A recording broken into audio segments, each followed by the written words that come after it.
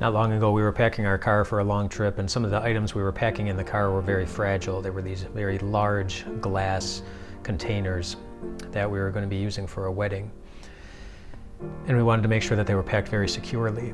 So we packed them with, we cushioned them with soft items and filled them with soft items. And we kept asking ourselves, do you think that's enough? Do you think they're secure? Do you think they're safe? And you didn't want to fill them too tightly, because then they would be like, it would be, then one little shift of the car might cause the glass to shatter. But they want to be tightly enough that if they moved a little bit, they'd be okay. But the question of when is something that's vulnerable to breaking safe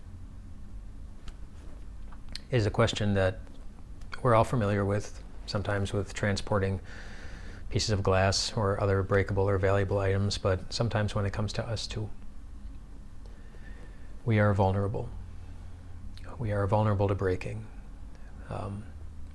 vulnerable to broken hearts, vulnerable to guilt overwhelming us, vulnerable to being overwhelmed by the details of life and everything that needs to get figured out, and then the extra surprises that come along the way. We're vulnerable to how people treat us when they treat us poorly or when they're nasty to us, and just we're vulnerable to all of those things. And we are so vulnerable that we can get to a point where we break. Maybe you have broken in the past, or maybe you know somebody who has broken, and sometimes those are hard breaks to recover from.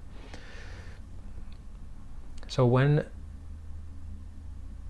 can we know that our vulnerable selves are safe? And how do we do that? That's a question that Psalm 25 answers just in the first two lines. In the first two lines it says, "To you, O Lord, I lift up my soul. In you I trust, O my God." Our soul is the most vulnerable part of who we are. It is who we are. The deepest parts of our feelings, the deepest emotions that we feel, the most hidden thoughts that we have, everything. When something rattles our soul, it rattles our whole being, and we can feel vulnerable. And the key to finding security and safety in that vulnerability, which happens regularly, is really in the first two words of Psalm 25. To you. To you, O Lord, I lift up my soul. And who is the to you? What is something that would sufficiently describe the you that we are talking about there? There's so many places in Scripture that we could point to. Today I'm going to point to John chapter 11. John chapter 11 is one that I think I talk about frequently on these videos. Maybe you get tired of me talking about Lazarus coming out of the grave, but there's so much there. Lazarus, at the beginning of the chapter, Jesus had been told by the sisters that Lazarus was sick. And then Jesus waits a couple of days, and then Lazarus dies. And after he dies, Jesus goes to go and see Mary and Martha, the sisters of Lazarus. First he meets with Martha, has a conversation with her. And then he meets with Mary. After the conversation with Martha, Martha goes back to the house and says, "Mary, Jesus is looking for you." Mary comes out. And then it says that when Jesus saw Mary weeping, and the Jews who were with her also weeping, then they were around the tomb. And that's when we get the shortest passage in the English Bible, which is 2 words: Jesus wept. And so Mary's weeping, her friends are weeping, Jesus is weeping. Interestingly, in the Greek language, the language in which the New Testament was written, there are 2 different words for weep, and they're both used in those sections. One of those words is used to describe Mary and the Jews weeping, Mary and her friends. And it would be the normal type of weeping that you would have at a funeral, that you would expect.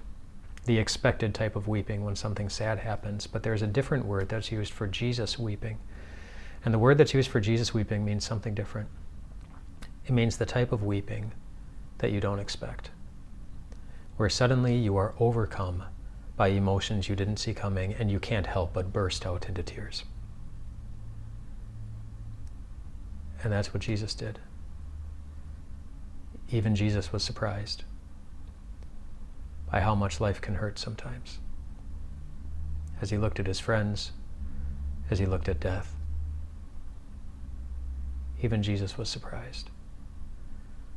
And then, of course, that Jesus who was surprised and who wept right alongside Mary and Martha and all of them, he went and he showed that he was more powerful than death by bringing Lazarus out of the grave. And that, my friends, is the you in that phrase, "To you we lift up our soul."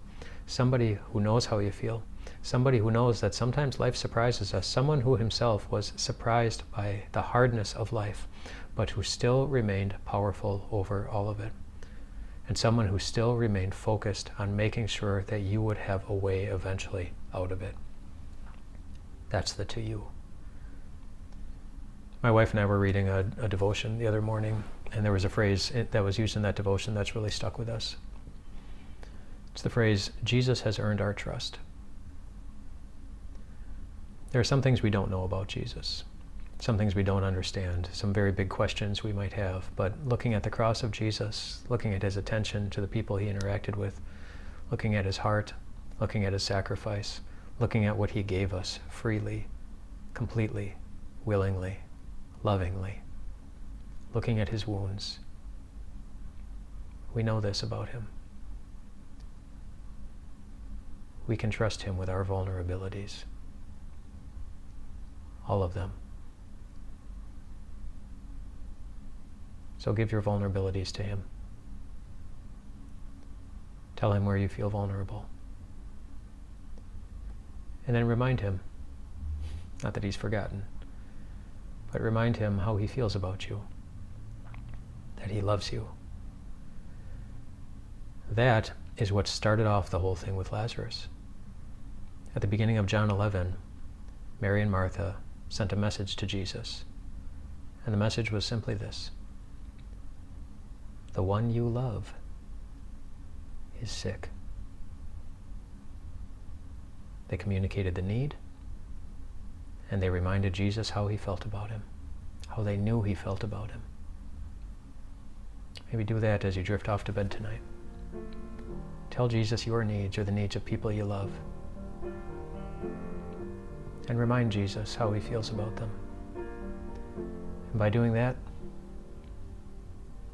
you'll remember too that he loves you. And your vulnerable life is always safe with him.